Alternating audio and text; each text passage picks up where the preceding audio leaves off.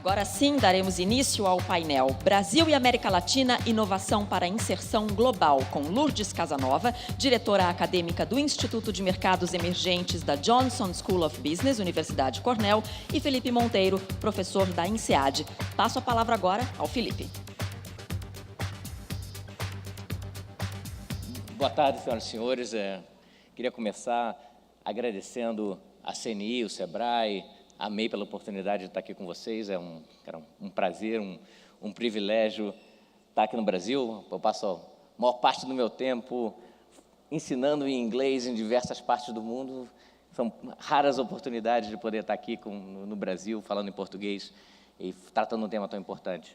Eu queria também dizer que, para mim, é um privilégio, uma honra estar dividindo esse painel com minha coautora, mas muito mais que coautora, uma grande amiga, professora Lourdes Casanova, uma das maiores autoridades no mundo quando a gente pensa em Brasil e América Latina. Então, Lourdes, um grande prazer estar com você nesse painel.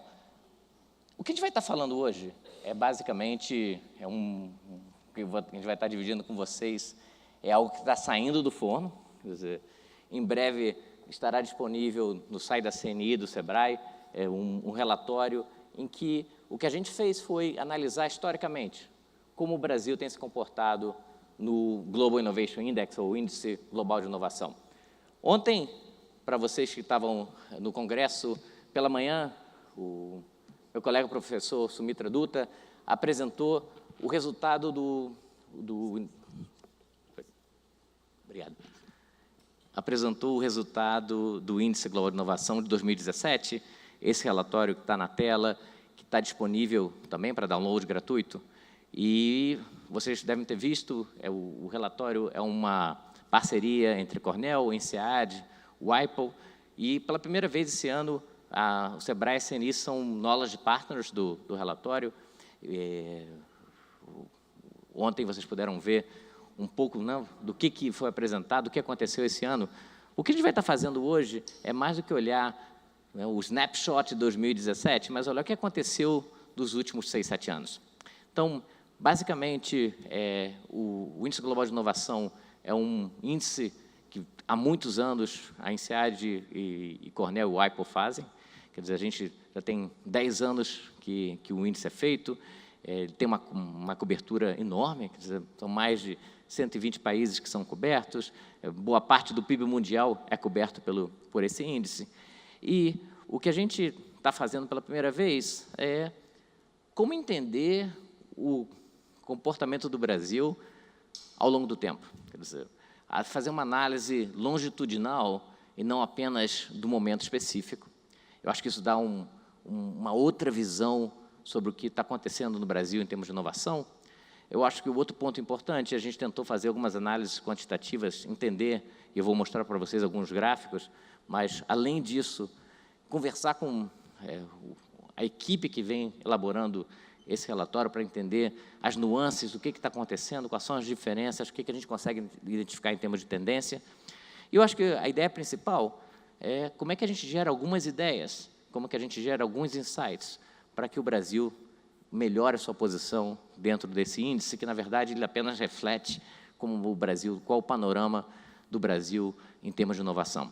Então, acho que a ideia da conversa hoje é basicamente dividir um pouco com vocês o que a gente sabe em relação ao panorama de inovação do Brasil, em relação ao Índice Global de Inovação, e entender isso não apenas no momento específico, não apenas 2017, mas entender como é que tem caminhado, como o desempenho do Brasil tem caminhado ao longo do tempo. Acho que a primeira notícia não é boa, talvez não seja surpreendente, e o professor Sumitra ontem chegou a mencionar isso para vocês. Se a gente olha de 2011 para 2017, o Brasil perdeu 22 posições no ranking, um ponto que o professor Sumitra comentou ontem. A gente tem que sempre entender que o ranking é relativo, então, quer dizer, ainda que o Brasil possa ter melhorado em alguns indicadores, outros países também melhoraram, então, a gente tem que interpretar esse posicionamento não apenas o que aconteceu no Brasil, mas o que aconteceu com outros países, mas a mensagem é clara. Se a gente olha nessa última década, o Brasil vem perdendo posições, e isso, de alguma maneira, é importante que a gente esteja reunido aqui pensando como é que a gente pode reverter essa tendência de queda.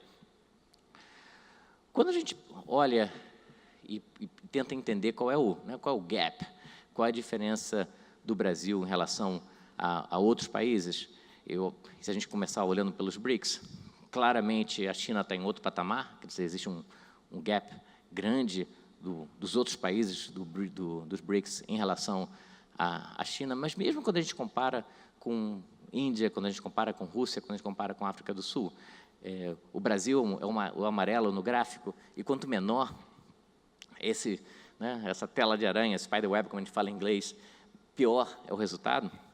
A gente pode ver que o Brasil também não está se comportando muito bem, nem mesmo quando a gente pensa em relação aos BRICS.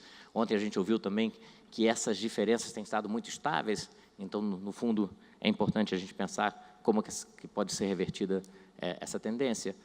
E se a gente olhar, não em relação aos BRICS, mas olharmos em relação aos países mais inovadores, esses países que estão nessa lista são os 5 primeiros colocados no Índice Global de Inovação, é clara, visualmente clara, o quão longe que a gente está em relação aos outros países. Eu acho que a intenção de dividir essa análise com vocês não é que a gente saia daqui deprimido, falando, meu Deus do céu, não tem mais jeito, o que a gente faz? Fecha o país. Mas é muito mais a gente ter a clareza de olhar para os dados, entender o que os dados estão nos mostrando, e, a partir daí, pensar como que a gente pode reverter essa situação. Esses 2 gráficos que eu mostrei são basicamente a posição desse ano. Deixa eu mostrar para vocês alguns dados em relação à evolução, como eu falei no começo. Esse gráfico é bastante interessante, porque, se a gente pensar como que o Índice Global de Inovação tenta medir inovação, ele tem 2 parâmetros importantes, ou 2 pilares importantes. O primeiro é em relação a insumos de inovação, quer dizer, se você pensar, em inglês a gente fala input, innovation inputs, mas basicamente a ideia é o que você está colocando em termos de insumos que podem gerar inovação. Aí você pode pensar em termos de talento, você pode pensar em termos de recursos, de infraestrutura, de ambiente institucional. E se a gente olhar essa curva de 2011 a 2017, ela mostra que, marginalmente, o Brasil tem melhorado os insumos de inovação. Quer dizer, de uma maneira bastante simples, a gente tem investido mais, a gente tem colocado mais recursos em inovação. Essa é a linha vermelha. O que é razão para nós nos preocuparmos mais é que esse aumento no investimento não tem se traduzido em aumento no resultado. Então, a linha laranja que vocês estão vendo, é essa linha que mostra uma curva descendo, ela está mostrando o que tem acontecido em termos de produtos de inovação. E aí, produtos de inovação, a gente pode pensar tanto em inovação clássica, patentes, papers e outros, como inovações de produtos criativos, o que a gente tem criado mais no ambiente digital. E eu acho que é essa grande pergunta que nós temos que tratar, que é o que está acontecendo no Brasil, que se de um lado a gente está aumentando de alguma maneira, ou pelo menos mantendo uma trajetória positiva no investimento, o que está acontecendo é que a gente não está conseguindo traduzir isso em aumento de produtos de inovação. E eu vou colocar um outro gráfico, que é simplesmente o resultado do gráfico anterior, que mostra o que acontece se você dividir os insumos pelos produtos de inovação. O Índice Global de Inovação tem uma métrica que a gente chama taxa de eficiência de inovação. E aí o Brasil está muito mal, quer dizer, o que você vê claramente que tem diminuído essa taxa de eficiência. E o que eu gostaria de deixar com vocês é o pensamento, pelo menos, em 3 possibilidades do que esteja acontecendo. A primeira hipótese talvez seja mais benigna, mais positiva, mais otimista, seja, olha, o Brasil está investindo mais, ao longo do tempo a gente está vendo 2011 a 2017, e o que está acontecendo é que simplesmente não deu tempo de nós percebermos qual tem sido o resultado desse aumento do investimento. Então, o que a gente pode pensar aí é o Brasil por exemplo, se a gente olhar em TI, se a gente olhar em ICT, o Brasil tem aumentado bastante o investimento nessa área. E talvez a hipótese seja, ainda não deu tempo de ver os resultados desse esforço, desse aumento dos insumos. Sinceramente, eu acredito que pode ter algum elemento dessa hipótese, mas não acredito que seja a hipótese predominante. Eu acho que a segunda potencial explicação para essa baixa taxa de eficiência pode ser simplesmente o que está acontecendo a gente tem investido, mas talvez não tenha investido nos instrumentos corretos. Então, não é que falte investimento tanto das empresas privadas quanto do governo, mas talvez a alocação desses recursos não tenha sido feita da maneira mais eficiente possível, e talvez uma das razões para isso é o quanto que a gente precisa realmente medir os nossos esforços de inovação, porque se a gente coloca apenas os recursos e não está medindo o que resultados esses aumentos de recursos têm o que a gente consegue obter, eu acho que talvez seja um problema importante. Então, a primeira hipótese é simplesmente uma questão de tempo. Pode ser que tenha algum efeito em relação a isso, eu acho que esse efeito é pequeno. A segunda hipótese talvez esteja relacionada à qualidade desse investimento, a qualidade dos investimentos em inovação e como que nós precisamos estarmos, de fato, medindo e reavaliando constantemente esses investimentos em inovação. Acho que uma grande coisa que a gente ouviu em alguma das palestras anteriores inovação é fail, mas se é feio, né? Se é errar fácil, é rápido, né? Você erra e você corrige rapidamente. Então, obviamente, eu acho que é preciso nós entendermos quando o investimento não está sendo produtivo, não está sendo eficiente, como corrigir o rumo. E eu acho que talvez o terceiro ponto seja o ponto que, para nós reunidos hoje aqui, dentro do esforço do SEBRAE, da CNI, da MEI, talvez seja o mais importante, o quão importante para que os investimentos em inovação sejam traduzidos em resultados que haja uma ação coordenada, que a gente faça, de fato, um trabalho em direção à inovação que tenha coordenação, que tenha continuidade e que não simplesmente você tenha esforços isolados em investir em inovação e, ao final do período, você não consiga mantê-los. Então, acho que é super importante, e acho que o ambiente da MEI é um ambiente muito propício para isso, essa percepção de que não basta apenas investir na inovação, mas é preciso investir com coordenação, com continuidade. E para mim está muito claro, para nós está muito claro, o quão importante é a gente entender que investimento em inovação também necessita um macroambiente que seja propício a isso, ou no mínimo que não atrapalhe, porque o que a gente enxerga claramente, e a Luz vai comentar alguns pontos com você sobre isso, a gente enxerga claramente que se você fizer várias iniciativas, você está investindo em inovação, como o gráfico anterior está mostrando, você está aumentando os insumos de inovação, mas você está aumentando os insumos de inovação no macroambiente que não é propício a isso, é como se você estivesse pingando dinheiro, ou pingando recursos num mar de lama em que a lama absorve todo o bom efeito que você tinha para a inovação. Então, acho que é muito importante, quando a gente pensa na situação do Brasil, ao longo do tempo, no índice de inovação, primeiro, talvez não surpreendentemente, o Brasil perdeu importantes posições, quer dizer, então, nos últimos 7 anos, foi uma deterioração importante, o que nos exige que estejamos trabalhando juntos para a reversão dessa situação. O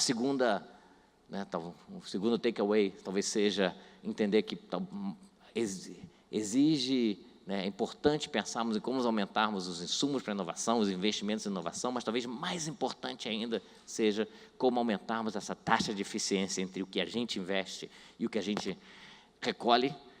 E eu acho que, para isso, está muito claro a importância da gente conseguir entender coordenação, consistência, consistência ao longo do tempo.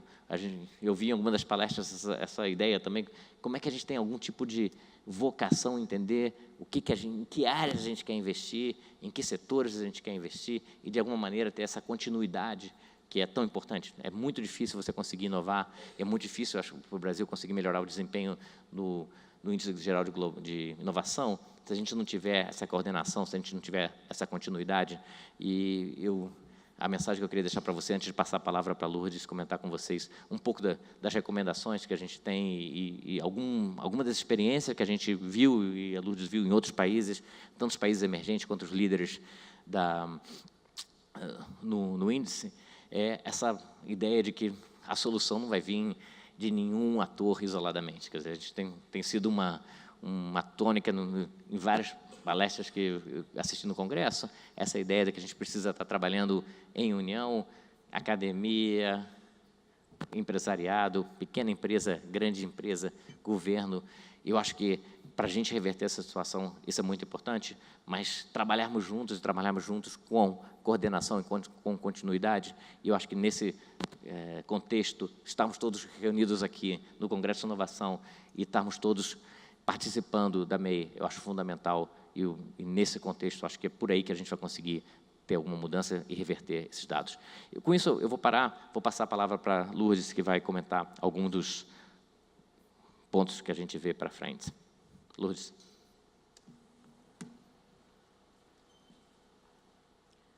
Thank you, Felipe. Really a pleasure to be back in Brazil. In Spain, we say, a las duras y a las maduras, this is a moment in which Brazil is really suffering, and it's a pleasure to be here again.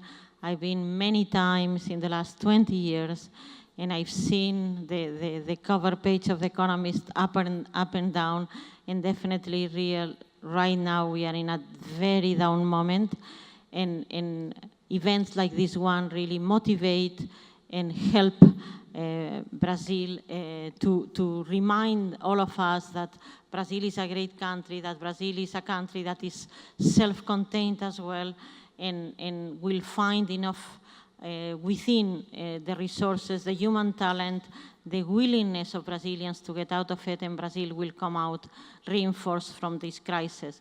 It's also a pleasure to be here with friends, with Evodio, with Natalia, who worked with me in the Emerging Markets Institute in Cornell, with Julieta, that we have worked so many times in so many programs, and also a privilege to have here Beatriz Amorim, the director for Latin America and the Caribbean at WIPO. All great leaders today, great leaders for tomorrow, and great leaders that Brazil needs in these moments. So as Felipe said, this is work in progress. We are working with Gianna Sagacho from CNI, with Eloisa Menendez from Sebrae, and Julieta is also having a very important role to remind us deadlines and to remind us this is not complete, please send this other document. Julieta, we are not ready. Please send it to me immediately. She sends messages at all times. So thank you, Julieta, for keeping us on track. So as Felipe presented all the data, and as I said, it's work in progress. We are still working. We are also looking at the May agenda and seeing how the May agenda and the Global Innovation Index can be more aligned to, because the GII agenda is proven, is used by many countries, and so it's more bottom-up. So how can we learn from outside and from within as well? So we are trying to map the differences between both frameworks and see how we can be more efficient, because as Felipe said, one of the weakest points that we have found is exactly that, the lack of efficiency. So we divided the recommendations. We are dividing, it's not done yet completely, in what Brazil can learn from the best, from those 10 countries that occupy systematically the best positions in the ranking. So definitely one thing that these countries have in common is a stable macroeconomic environment. Of course, Brazil is an emerging market, and one of the characteristics of emerging markets is that they are volatile. You go up, and that's great, but then you go down, and then everything moves, and it shakes, and it's difficult to bring back everything. But definitely, stability is something that all developed countries have, even during the famous global financial crisis. Okay, now all the economists complain the growth is not there as it should be in US and in Western Europe and in Japan, but it's still growth, which is very important, and the currencies haven't moved that much. That is, again, a very important factor. So, of course, first is the macroeconomic environment that is stable. Second is this, of course, is not only the coordination, but you have these mythical places.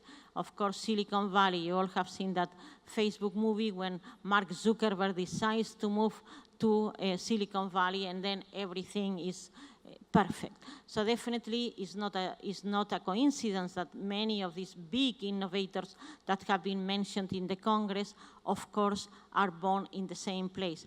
We see, as it was mentioned in the Global Innovation Index presentation, we see other ecosystems, other emerging. It was mentioned Shenzhen, Hong Kong, around Tokyo. So you have other ones. And of course, here you have what I would say Campinas, whatever goes around the University of Campinas. You had also other ecosystems around the Northeast. Of course, Sao Paulo is a very important one. But how to coordinate better, how to brand them as well, how to make sure that they have this pooling effect that is tremendous. But then we can also learn from other emerging markets. Of course, developed markets are very difficult to copy. How can you copy a country that has 22,000 GDP per capita nominal? So that's, how can you reach that when you are at 8,000, 9,000, 10,000? So what we have seen, of course, now, two very important, very successful, of course, is China and Korea. When we mention, so China, of course, is so big, but Korea is a small country with plenty of challenges from North Korea, and still has been extremely successful. And then you have another country that is India, that again has positioned itself as an IT country. How can be, and when I talk about India with my Brazilian friends or Brazilian government officials, they say, okay, but India is still poor. But being poor, you have tremendous focus in excellence, in quality, in being the best. In IT outsourcing, you have Infosys, you have Wipro, all these companies that, and of course, Tata Consultancy Services, that is very powerful here in Brazil and in Latin America in challenges. Companies that are so powerful, again, like Stefanini, Totus, or in Chile, Sonda, or in Mexico, Softec. So we have seen how a country that Brazil didn't consider as an equal is competing in high-tech industries in a tremendous way because of the talent, because of the focus, because, again, the ecosystems around Bangalore, but also around Hyderabad and other places. So definitely, we have to learn from these countries. In these countries, one of the things that they have done is, of course, they have had policies that are long-term and short-term. I heard Paulo Afonso Ferreira, Vice President of CNI, a person I admire tremendously because he has his heart in the right place and doing a tremendous job for Brazil. So Paulo Afonso said, we want the lei do bem to be kept. And of course, there are laws. So what happens often in emerging markets, and Brazil is not an exception, there is a change of government. And then you say no to everything that the previous government has done. So that's, of course, innovation requires continuity. Innovation is for the medium and the long term. So you need all the laws that were before, and now there is this Internet of Things law that is going to be implemented probably in October. So hopefully all these laws combined provide guidance on where to go. Again, Felipe spoke about this tremendous gap between inputs and outputs. Brazil has increased the amount of investments in R&D, soon to be at 2% of GDP. That's tremendous. But of course, if there is lack of monitoring, is not evaluation, and then change and move ahead, then nothing is going to happen. These investments are going to be wasted, as we are seeing the beginning of this tremendous digital divide between inputs and outputs here in Brazil. So we hope and we see from other emerging markets, from China and Korea, these policies that work short-term, medium-term, long-term. Brazil has to copy that.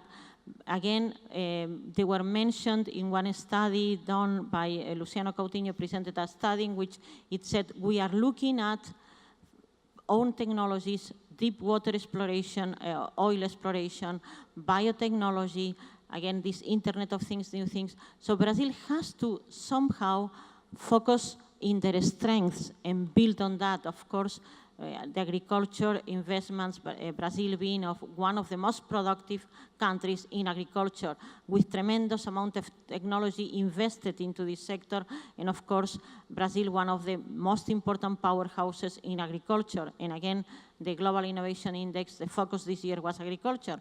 So then build on that and move on, and again, evaluate the investments, see how they work and how you have to change and how you have to move on. That's very important. Again, Felipe mentioned this coordination of initiatives, of innovation initiatives. We have so many organizations, Embrapa in agriculture, Embrapi right now in innovation, FINEPI, CNPq, so many. How you are able to coordinate. Again, I discussed with so many of my colleagues, of course, with Felipe doing this work. How can you coordinate better and focus better? And definitely this Innovation Congress that you have, both CNI and SEBRAE working together, extremely important. And of course, with May and with all these initiatives, they need to coordinate better all the efforts.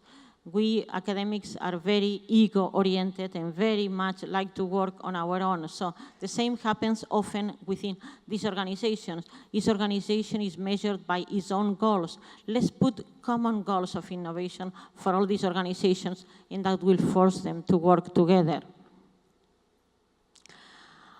Okay, and then definitely another thing that has happened in other emerging markets is that they have focused on financing innovation. So financing is definitely a weak point in emerging markets. Of course, you are in Europe or US or Japan, you have loans, a very affordable interest rates, and then you have massive funding, European Union funding on innovation. You don't have that the same way in emerging markets. And what we see in China and Korea mainly, definitely, is that the government has been taking care of this question. So now in Brazil, and we, both Felipe and I, have been mentioned these things. So the question is, yesterday I shared the Brazil briefing for the Global Innovation Index, and we have been looking at it. So let's say it's not easy to give all the data for 80+ indicators, not easy. Because many indicators, many different organizations take care of these indicators. So the Global Innovation Index monitors what is the average year in which that country gives the data. If we look at Brazil, and Brazil has plenty of places, IPEA and so many, that collect data and is very good in the central bank, et cetera, is very good at collecting data. So then when we look at average year that Brazil gives the data is always 4 or 5 years behind, and sometimes data is not available. Why is that? And again, we had a very interesting conversation today during lunch, and again yesterday dinner with some of my colleagues and friends, and they were saying, you know what happens? Brazil is, what is Brazil? Is Brazil in Latin America? Is Brazil in the BRICS? Is Brazil the king of all emerging markets? Is Brazil looking at the US? Is Brazil looking inside or looking outside? Brazil, for instance, is not a member of the OECD. Brazil has to decide if it's a full member or not, and now it seems that it's going through the first step of becoming a member.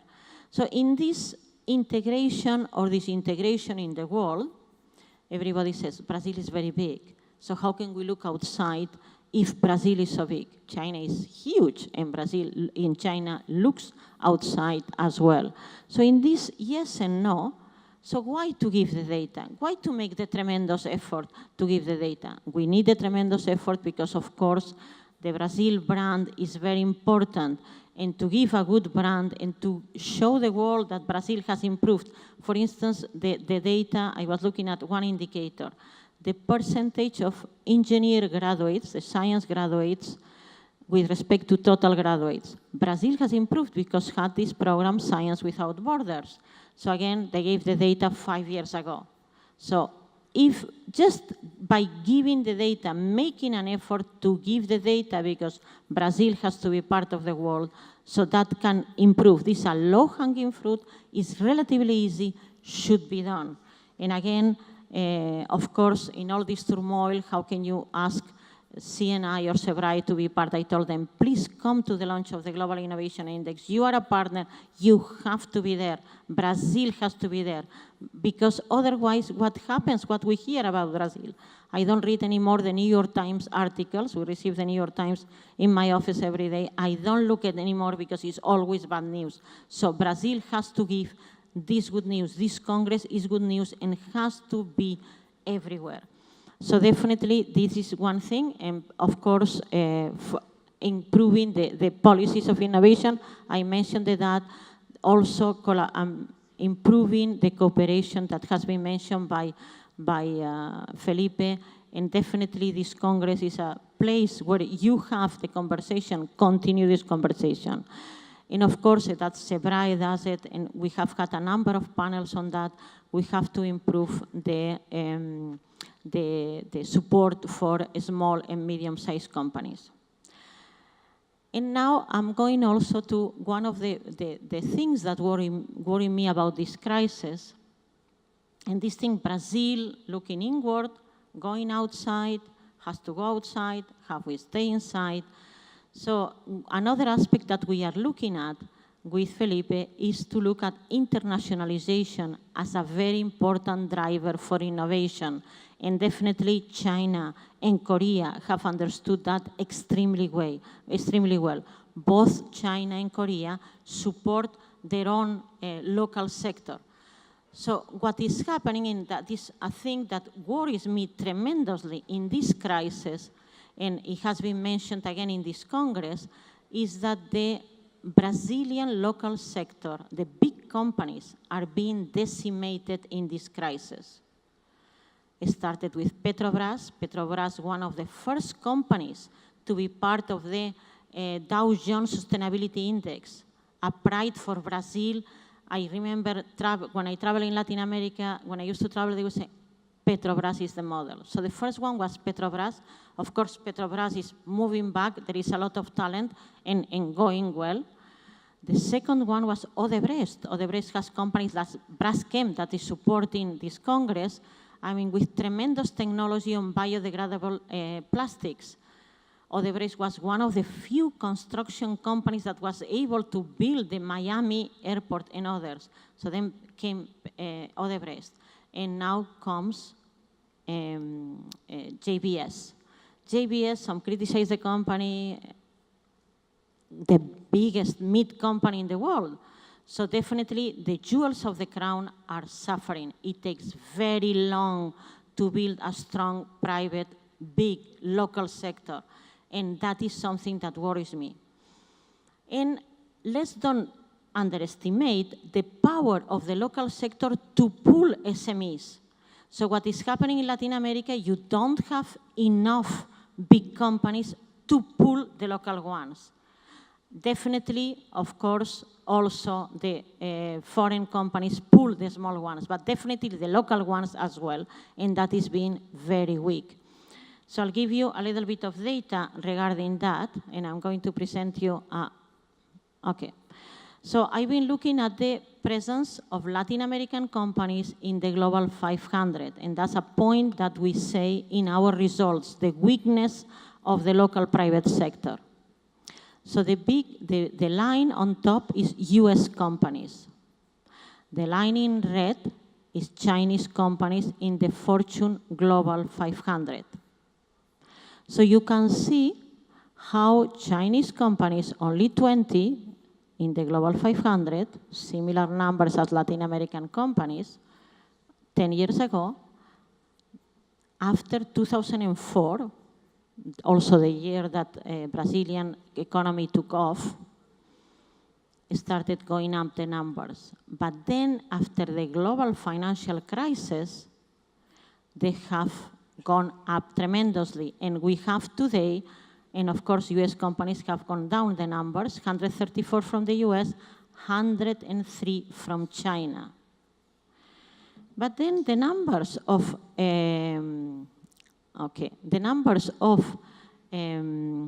Latin American companies have stayed the same. So what do we have here? 2 from Mexico, 7 from Brazil. We have a lot of banks, Banco do Brasil, Banco Itaú, the financial sector. So we have 2 sectors that in this crisis are being fine.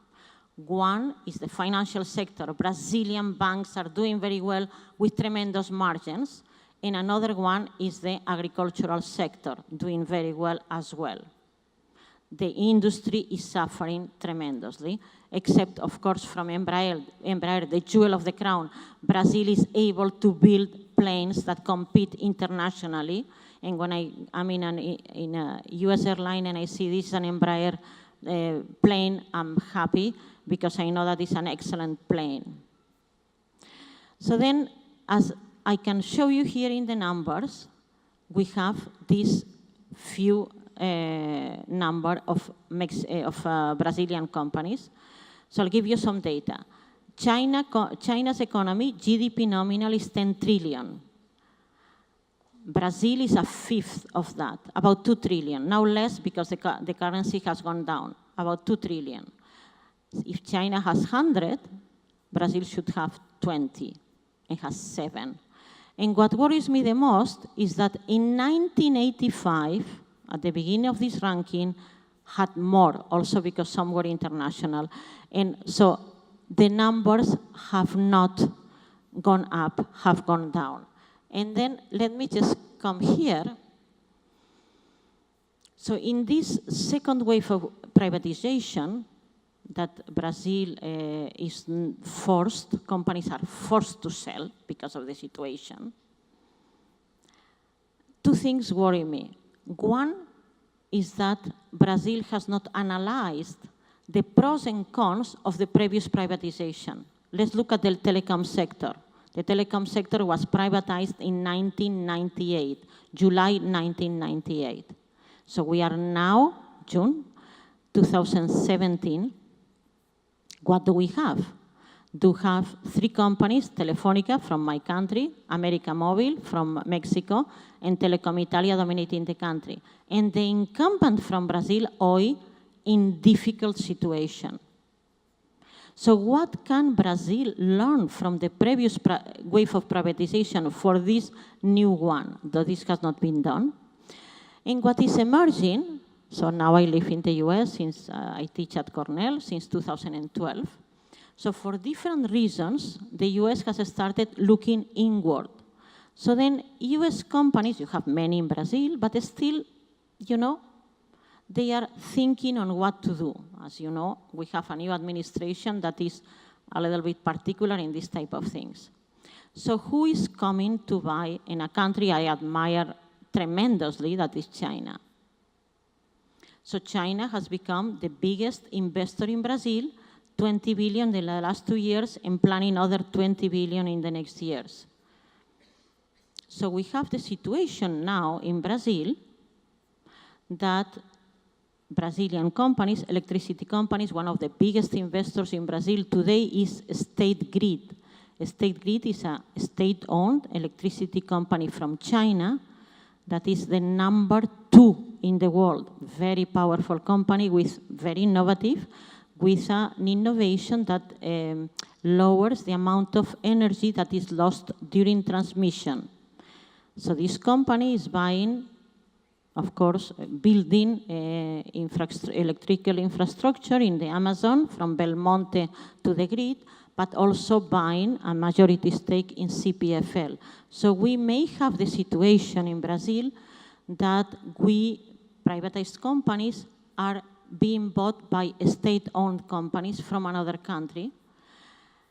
And again, in the financial sector, that Brazil is a leader in, the Brazilian banks are not very international, but are excellent in the use of technology, and of course, in the margins are very good.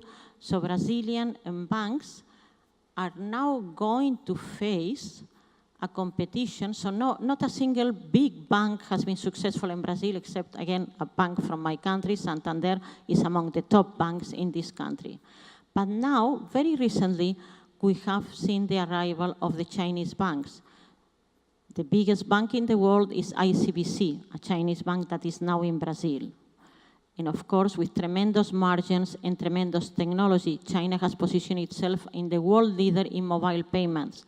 So how the jewel of the crown, the industry that has survived this crisis, the financial sector, is going to face this tremendous competition from these huge banks that have come from China.